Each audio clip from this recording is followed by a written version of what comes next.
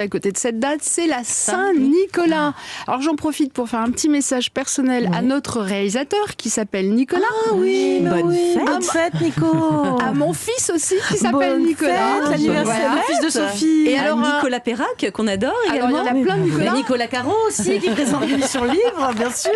Et un petit hors-sujet d'ailleurs, je souhaite un bon anniversaire au chef Joseph Viola qui nous écoute aujourd'hui et qui est fan de l'émission. Ah, bah, ça bon c'était un anniversaire, hors-sujet. Bisous. Alors, puisqu'on y est, je souhaite une bonne fête à mon frère qui s'appelle Nicolas. On va s'arrêter là. bon alors effectivement c'est la Saint-Nicolas, c'est l'occasion de préparer et de parler de petits biscuits qui sont liés à ce jour de fête. Mais c'est qui Nicolas ? Alors Nicolas, la légende de ce personnage est liée à celle de Nicolas de Myre qui est né en Asie mineure, dans ce qui est maintenant la Turquie, il y a très longtemps, au IIIe siècle. Il était protecteur des enfants, des matelots, des commerçants et il accomplissait toutes sortes de miracles. C'était un saint homme.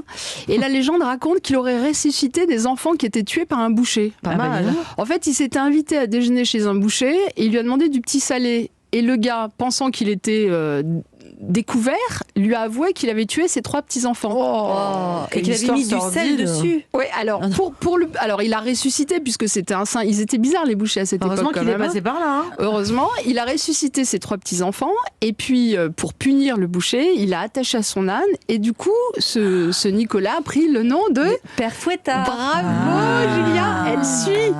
Mais moi, je préfère quand même l'histoire qui raconte qu'il est devenu Saint Nicolaus, puis Santa Claus, et enfin Le Père Noël. Bravo, bien toi sûr. aussi. Alors, il est d'ailleurs représenté avec un bonnet rouge, une barbe blanche et une croix dans la main. Et c'est une campagne de publicité qu'il a encore plus immortalisée, on va dire, en 1930, la Coca-Cola, puisque c'est la marque est rouge et blanche. Et à l'époque, à Noël, en fait, vers Noël, il buvait moins de Coca-Cola. Donc, il y a un illustrateur qui s'est dit, je vais essayer de relancer les ventes. Trouver une bonne idée.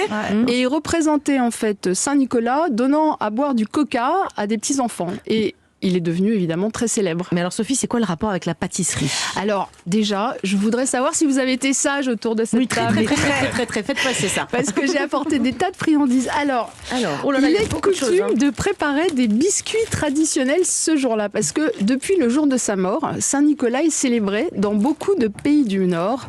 Allemagne, Suisse, Autriche, Luxembourg, Pologne, Pays-Bas. Et chez nous, et peut-être que c'est d'ailleurs chez nous, Julia, ne vous étouffez pas, en fait, dans l'Est, qu'on fête le plus la Saint-Nicolas.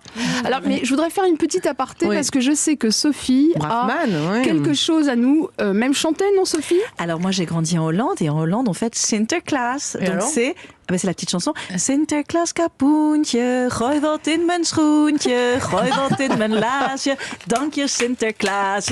Voilà, c'était cadeau, c'était pour vous. Bravo, merci Sophie. Alors, je fais passer ça aussi. Alors ça, ce sont des méneleux. Ce sont ces fameux petits biscuits que l'on prépare dans la nuit du 5 au 6, puisque Nicolas passe chez tous les enfants sages. Je répète, il faut être très sage. Très.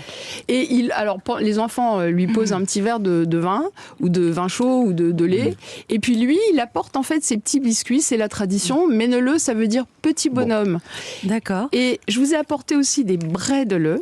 Alors ça, c'est typiquement alsacien, parce que je voulais vous rappeler que ce sont les marchés de Noël qui ont commencé début décembre, et pendant tout le mois en Alsace, et je vous encourage à aller passer quelques jours, si vous pouvez, ou un week-end, parce que c'est vraiment génial. Vous avez eu déjà l'occasion d'y aller ? Jamais. Non, jamais. J'aimerais bien faire le marché de Noël. Sophie Brackmann, je pense qu'elle est retournée en enfance. Là. Elle mange tout. Strasbourg, Colmar, Kaisersberg, Ribeauvillé, c'est des villages incroyables où on peut trouver ces biscuits. Et vraiment, je voulais remercier votre mari qui nous a ramené toutes ces friandises. Merci à lui. Dans l'Est ce week-end, on saura tout dans cette émission.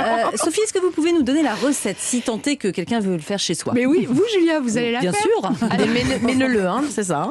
Mène-le, petit bonhomme. Allez. Alors, très simple. Vous délayez un sachet de levure de boulangerie dans 30 centilitres de lait tiède. Dans le bol d'un robot, c'est mieux d'avoir un robot. Vous versez 600 g de farine, 50 g de sucre, un œuf entier, 60 g de beurre pommade et vous mettez en marche. Je suis contente de voir que ces biscuits ont un succès succès. Ensuite, vous versez le lait, vous continuez de faire tourner jusqu'à obtenir une pâte bien lisse. Vous laissez gonfler pendant au moins 3 heures. En fait, c'est le principe d'une brioche. Puis on dégaze. Vous savez ce que ça veut dire, dégazer? Non, mais On retire le gaz. Oui, mais comment? Ah, j'en sais rien. On tape sur la pâte comme ça avec son poing et ça enlève en fait les bulles d'air qui se sont formées. Et là, c'est le moment qu'interviennent peut-être les enfants. Autant les occuper, surtout si on fait ça un week-end et qu'il pleut. On leur demande de former. Surtout quand les classes sont fermées, parce que moi j'en ai une à la maison là en ce moment. Voilà, attendez, il y a les annonces du gouvernement tout à l'heure. Ouais. Et alors Mélanie, en plus, il y a un site où vous pouvez trouver plus de 800 formes d'emporte-pièces différents pour faire ces petits biscuits. 2 ou 3 suffiront. Ça va l'occuper le week-end prochain.